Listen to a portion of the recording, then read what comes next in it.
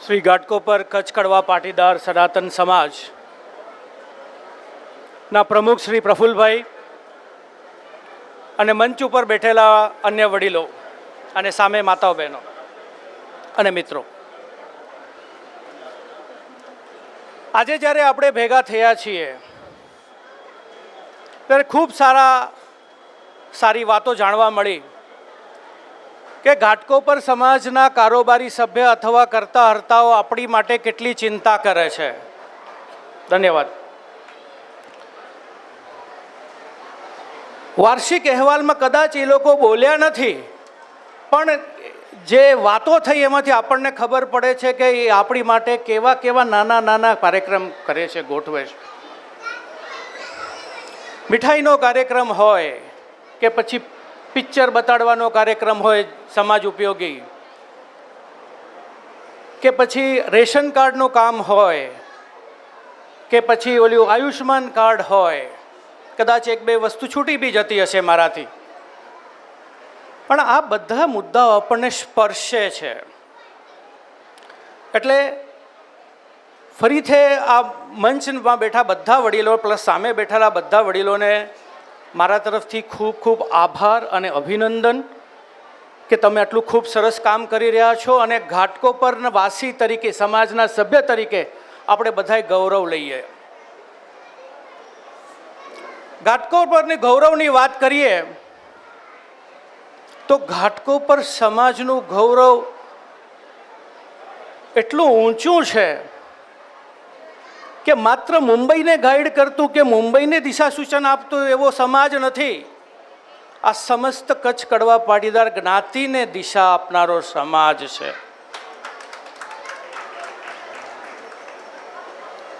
1908માં એક લબરમુછિયો વ્યક્તિ જો ઊભો થઈને કહેતો હોય કે મારી સમાજ ક્યાંક ભટકાઈ ગઈ છે ધર્મના બાબતે, ક્યાંક એમને ખોટો ઇતિહાસ પીરસવામાં આવ્યો છે, ક્યાંક એમનું મગજ બ્રેનવોશ થયું છે, અને એ એક વ્યક્તિ ઊભો થઈને એમ કહેતો હોય કે મારે સમાજને સનાતન ધર્મના રાહ પર લાવવી છે, તો એ નારણ રામજી લીંબાણી પણ ઘાટકોપર સમાજના હતા.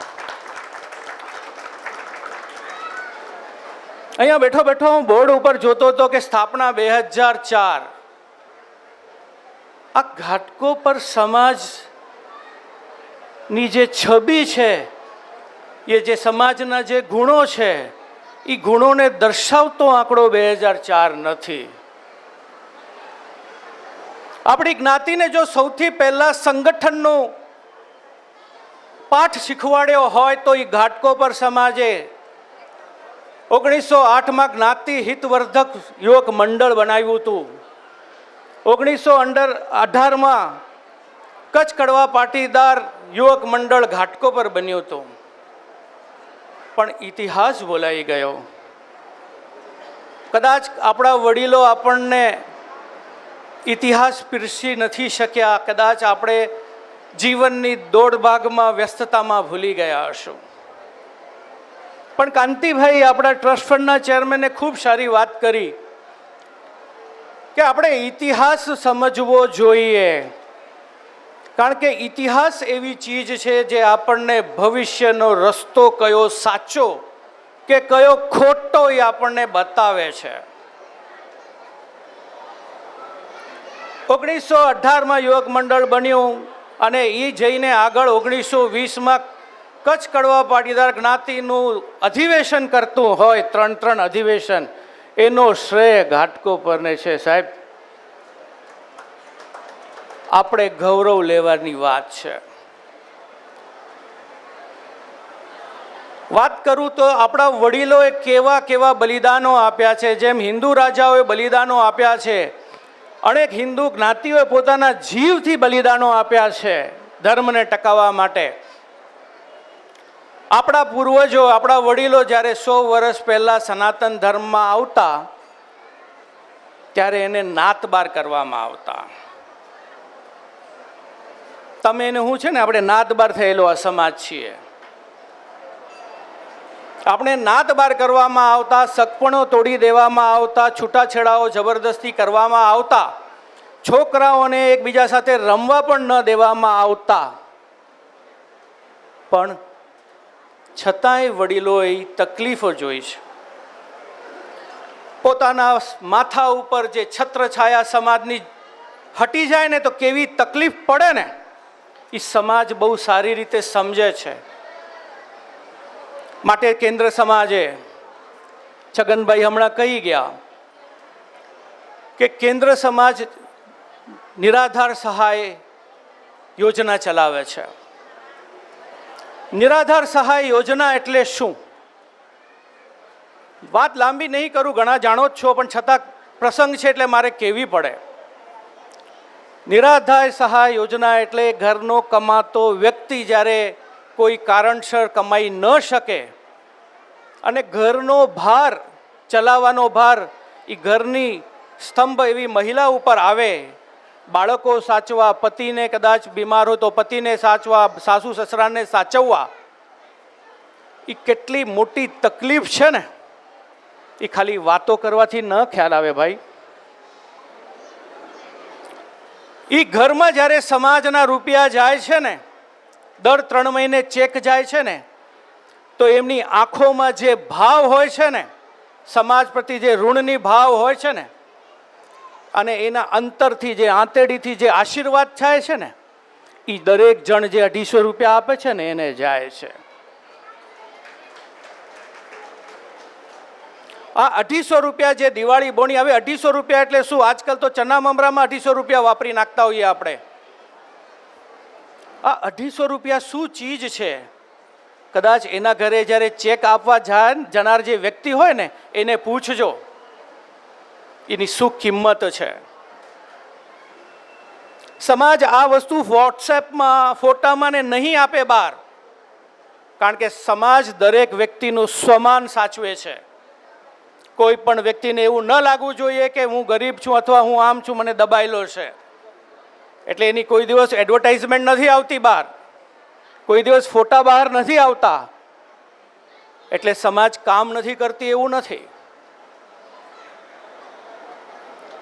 એક મુંબઈની જ એક પરાનો એક દાખલો હતો. ઘણી વખત સમાજના આગેવાનો કહેતા હોય, મને યાદ આવે છે એટલે કહેવાનું મન થાય છે કે એક બેન હતા, એમના ઘરવાળા કેન્સર થઈ ગયું. દીકરો ભણવામાં હોશિયાર પણ નાનો, કમાઈ શકવાનું ઘરમાં કોઈ નહીં. પત્ર આવ્યો સમાજને કે મારા સાસરા પરિવારમાં કોઈ એવું નથી જે મને મદદ કરે, અને નથી મારા માવતર પરિવારમાં, પિયર પરિવારમાં. આવડા વર્ષો મેં જેમ તેમ કોઈને ભાઈ બાપા કરીને મેં ગમે એમ ચલાવ્યું, પણ હવે ઘર ચલાવવું અઘરું થઈ ગયું છે, હવે મારાથી થતું નથી. માટે ના છૂટકે સ્વમાન માનતું નથી, છતાંય ના છૂટકે મારે સમાજ પાસે હાથ લાંબો કરવો પડે છે. આપણા ઝોનના પ્રમુખ કાંતિભાઈ આજે અહીંયા હાજર નથી, બહુ સરસ શબ્દોમાં વર્ણવે છે, મને કદાચ એમની શૈલી નહીં ફાવે, પણ એ જે પત્ર આવ્યો અને પત્રથી જે તરત જ સમાજના આગેવાનો એક્શનમાં આવ્યા, એમના ઘરે તરત જ જે સમાજના નિયમ પ્રમાણે હોય એનો ચેક પહોંચી ગયો. અને અત્યારે જે છગનભાઈ કહેતા હતા, જે રકમ પાછી આપી, તો એ ઘરની જે બેનની જ રકમ હતી, કે અત્યારે હવે એમણે કીધું કે હવે મારા પર ભગવાનની દયા છે, હવે મને પૈસા કમાવાની ટેન્શન નથી, એટલે હવે તમે મહેરબાની કરીને મને આમાં સહાયથી મુક્ત કરો. આવા તો ઘણા કિસ્સા છે. એક અભ્યાસનો કિસ્સો છે, વાત લાંબી નહીં કરું, લાંબુ, પણ એમના 2 દીકરા હતા અને એમને સ્કૂલ માટે, ફીસ માટે પૈસા નહોતા. સમાજને ખબર પડી તો ખબર પડી કે કોઈ 25,000થી વધારે આપતું નથી સંસ્થા, પણ અહીંયા ડોનેશન તો, ફીસ તો લાખોમાં થઈ જાય છે. પણ સમાજના આગેવાનો કોઈને ખબર પડ્યા વગર પોતાના વ્યક્તિગત રૂપિયા આપી દે છે. કહેવાય છે ને કે મનુષ્ય નહીં, 84 લાખ યોનિ હોય છે, મનુષ્યની પણ એક જીવની 84 લાખ યોનિ હોય છે, એમાં મનુષ્યનો ચાન્સ ફક્ત એક જ વખત મળે છે. તો આ મનુષ્યની ચાન્સમાં આપણે જો સારા કર્મ કરીશું ને તો જ આપણે આમાંથી મુક્તિ પામી શકશું. વાત યાદ આવી એટલે તમને થોડા આંકડા બી આપી દઉં, કારણ કે પૈસા આપણે આપતા હોય તો થોડો હિસાબ જાણવાની આપણો અધિકાર છે. કેટલા ગયા વર્ષને આ વર્ષના આપું છું. ગયા વર્ષે નિરાધાર સહાય સમાજે જે આપી છે 93 પરિવારને આપી હતી નિરાધાર સહાય 17,21,000 રૂપિયા, અને આ વર્ષે જે હમણાં સુધી 13 લાખ રૂપિયા આપ્યા છે. હજી વર્ષ બાકી છે. નિરાધાર સહાયની સાથે સાથે ઉચ્ચ શિક્ષણ સહાય પણ અપાય છે. ઉચ્ચ શિક્ષણ સહાયમાં 6 છોકરાઓ બાળકોને 32 લાખ રૂપિયા આપ્યા છે, અને આ વર્ષે 2 બાળકો છે એમણે 8 લાખ રૂપિયા આપ્યા છે. પછી રાહત, પ્રમુખશ્રીની રાહત નિધિએ અકસ્માત કોઈને ધંધામાં કાંઈ તકલીફ પડે, આગ લાગે, અતિવૃષ્ટિ થાય, પાણી ભરાઈ જાય, તુફાન આવે, કાંઈ બી થાય તો એમને લોન તરીકે આપવામાં આવે છે. એના આંકડા મારી પાસે કદાચ આગળ પાછળ થઈ ગયા છે, પણ ટૂંકમાં તમને કહું તો હમણાં સુધી 2 વર્ષ કે આગળ સુધી બધું મળીને 3,66,00,000 લાખ રૂપિયાની સહાય આપના 250 રૂપિયામાંથી થાય છે.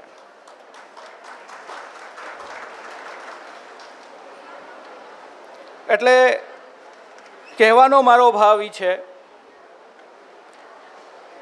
કે આપણે જે હું વાત કરતો હતો ઇતિહાસમાં કે એક વ્યક્તિ શું કરે, તો એક વ્યક્તિથી આખી નાત સનાતન ધર્મની રાહ પર આવી છે. અને આપણા બધા માટે ગૌરવની વાત છે કે મારી ઘણી વખત શું છે કે અમુક ટોપ લેવલના માણસો સાથે ચર્ચાઓ થતી હોય, બુદ્ધિજીવીઓ, RSS હોય કે BJP હોય કે અન્ય બૌદ્ધિક વર્ગ હોય. મેં ઘણા સાથે ચર્ચા કરી છે કે એવો કયો દાખલો છે કે એક નાત જે મુસ્લિમ ધર્મ પાળતી હોય અને સમયાંતરે આખી નાત જો સનાતનમાં આવી હોય, એવો કોઈ દાખલો છે ખરો ભારતમાં? તો બધાએ મને હજી સુધી જેટલાને હું મળ્યો છું એ બધા એમ કીધું છે આવો કોઈ દાખલો નથી. ત્યારે આપણે ગૌરવથી કહીએ કે કચ્છ કડવા પાટીદાર જ્ઞાતિ આ એવો દાખલો છે કે જે મુસ્લિમ ધર્મ પાળતો તો આજથી 100 વર્ષ પહેલાં એ આજે સનાતન હિન્દુ ધર્મમાં આવી ગયો છે. 5% લોકો હજી ક્યાંક ભૂલેલા છે, ભટકાયેલા છે, ક્યાંક ખોટો ઇતિહાસ એના મગજમાં ઘૂસેલો છે. પ્રયત્નશીલ છે સમાજ, વ્યક્તિગત પ્રયત્નશીલ છે. ઘણા લોકો મંચ ઉપર ને મંચની નીચે, અને બહેનો પણ ઘણી બધી આમાં જાગૃત છે જ. બહેનોની વાત આવી તો ધનલક્ષ્મીબેન એક નામ એવું છે જે આપણું ઘાટકોપરનું ગૌરવ છે. નહીં જાણતા હો તમે, ધનલક્ષ્મીબેન એટલે રાજારામ શામજી ધોળુ, એ પરિવાર તો જાણીતો છે.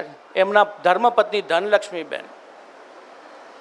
નારાયણ રામજી લીંબાણીને જો બળ આપ્યું હોય, પૂરું પાડ્યું હોય, જો હિંમત આપી હોય એના ખરાબ સમયમાં, તો એ ધનલક્ષ્મીબેનને ધન્યવાદને પાત્ર છે. વિચારીએ તો ઘાટકોપર સમાજ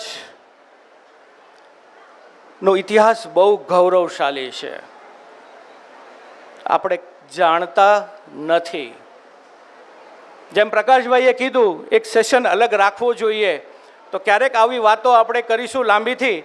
પણ હમણાં હું ખાલી એક જ વાત કહીને મારી વાત પૂરી કરીશ કે અકેલા આયા થા અકેલા જાયેગા, अकेला आया था अकेला जाएगा, तेरे अपने पैदा किए तुझे जला के आएंगे. साथ कुछ नहीं आएगा, सिर्फ अपने अच्छे कर्म साथ में आएंगे. ભગવાન એક વખત માફ કરી દેશે, પણ ખરાબ કર્મ માફ નહીં કરે, તમને સાફ કરી દેશે. એટલે આપણે આપણા જીવનમાં સારા કર્મો કરતા જઈએ. 250 રૂપિયા કોઈ મોટી ચીજ નથી. કદાચ ઘરે મને 250 રૂપિયા માટે કે માગતા હતા, આજના જમાના 250 નહીં પણ 500 કે 1000 રૂપિયા હોવા જોઈએ. પણ એક વાત કરી, એક ખૂબ સારા વ્યક્તિએ વાત કહી છે કે દુનિયાનો કાળક્રમનો આ ચક્ર છે. કાળક્રમનો આ ચક્ર છે કે આજે તમારી મિલકત ઉપર કાલે કોઈ બેસી જશે. તમારી સાથે તમારી મિલકત નહીં આવે. મન મોટું રાખો, વિશાળ રાખો. આપણે આપણા જ સમાજના ભાઈઓ, આપણા જ માટે આપણે કામ કરીએ. 250 રૂપિયા મોટી વાત નથી. ખૂબ હાથથી વરસશો. અહીંયા ટેબલ મહેન્દ્રભાઈ લગાડ્યું છે ને, ટેબલ લગાડ્યું છે. આપ જરૂર મિનિમમ 250 રૂપિયા આપજો. 250થી વધારે પણ આપી શકો છો, આપણી મનની ઈચ્છા. ખૂબ ખૂબ ધન્યવાદ. મને બે વાત કરવા દીધી એટલા માટે આભાર. ધન્યવાદ.